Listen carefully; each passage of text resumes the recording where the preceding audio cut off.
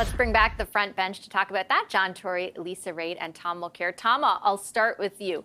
There's been an evolution, certainly, in the way in which the government has responded to questions about and criticism of the carve-out. What's your analysis of the way in which they are responding now? Well, Seamus O'Regan is a good example. It's an example of a government fighting back gamely against the reaction that they've caused by a decision that makes absolutely no sense. It makes no sense environmentally because they're keeping the carbon tax on a fuel like natural gas that is much cleaner than the fuel oil, where they're removing the carbon tax for purely political reasons because their members of parliament in Atlantic Canada were in a great deal of difficulty. And they were kind enough to send in Goody Hutchings with you, Vassy, on question period, to say this. Well, the problem is you're not electing enough Liberal MPs. Maybe you'll get some stuff if you do the next time around. So it's been a mess for them. I've known Stephen Guilbeault for decades. He's going to fight back gamely and say how good the Liberals are. But people who follow this stuff know that, in fact, what Michael Chong was saying is true. We have an abysmal record. We're one of the worst countries in the world for per capita greenhouse gas production. And moving away from the only thing that they had managed to put in place, or at least say they were going to put in place after 8 years, makes no sense. So people who care about future generations are upset with them. People in other provinces who use different heating oils, all they have to do is watch the ads of Pierre Poilievre at the gas pump talking about the carbon tax. It's a huge fail environmentally and a huge problem for them, of course, politically. And I don't think that there's any easy way out of it for them.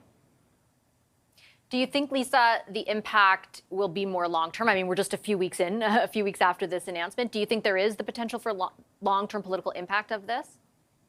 For sure. I mean, the provinces that were being impacted by the change in the home heating fuel prices have been telling this government for months and months and months what the impact would be. And the government decided to either not believe them or think that they were over-exaggerating it. Well, their Liberal MPs definitely gave them an earful of exactly what's going on, especially in Nova Scotia, with respect to people filling up their oil tanks right now. And it's sticker shock like you can't believe.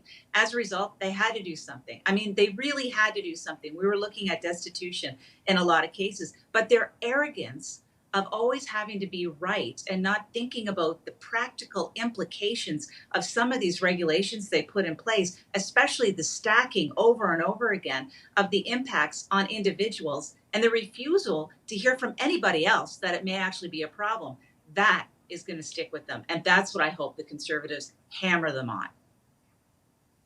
Do you anticipate at all, John, that they become less strident? Because they have blinked, right, in one instance. Like, does that beget further blinking or becoming less strident on it?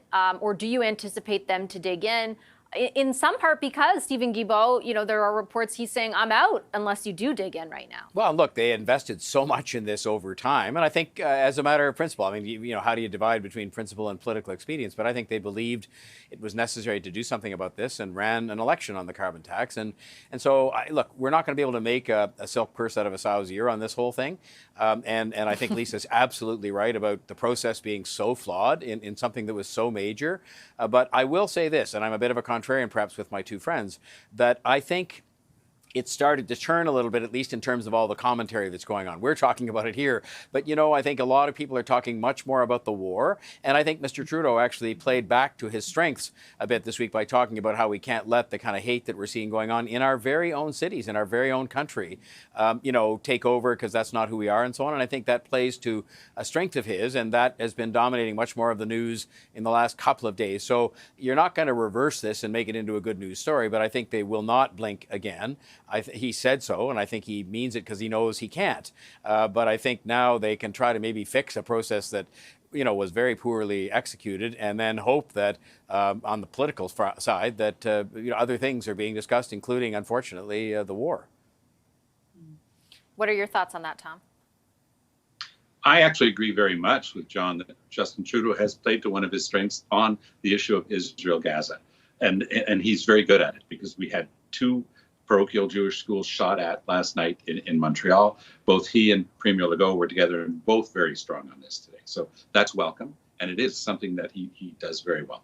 But at the same time, with regard to this issue and how it's going to play out between now and any eventual election, I don't think it's going to get better for the Liberals. I think that every time Poilievre and the Conservatives are going to be out there, and of course, Doug Ford's going to be helping them as well, reminding Ontarians and other premiers like Scott Moe in Saskatchewan, reminding the people in their provinces that the type of deal that was given for one heating oil that was important in Atlantic Canada is not going to be given for them.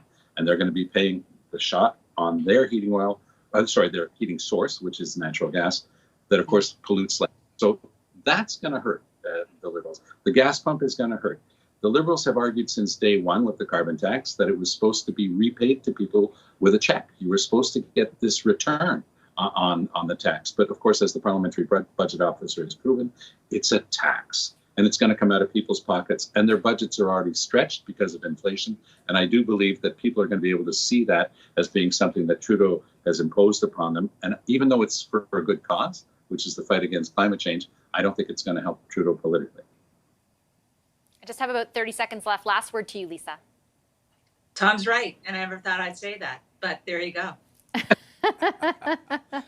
And well in under 30 seconds. So thank you so much to all three of you. I appreciate the discussion tonight. Our front bench, John Tory, Lisa Raitt, and Tom Mulcair.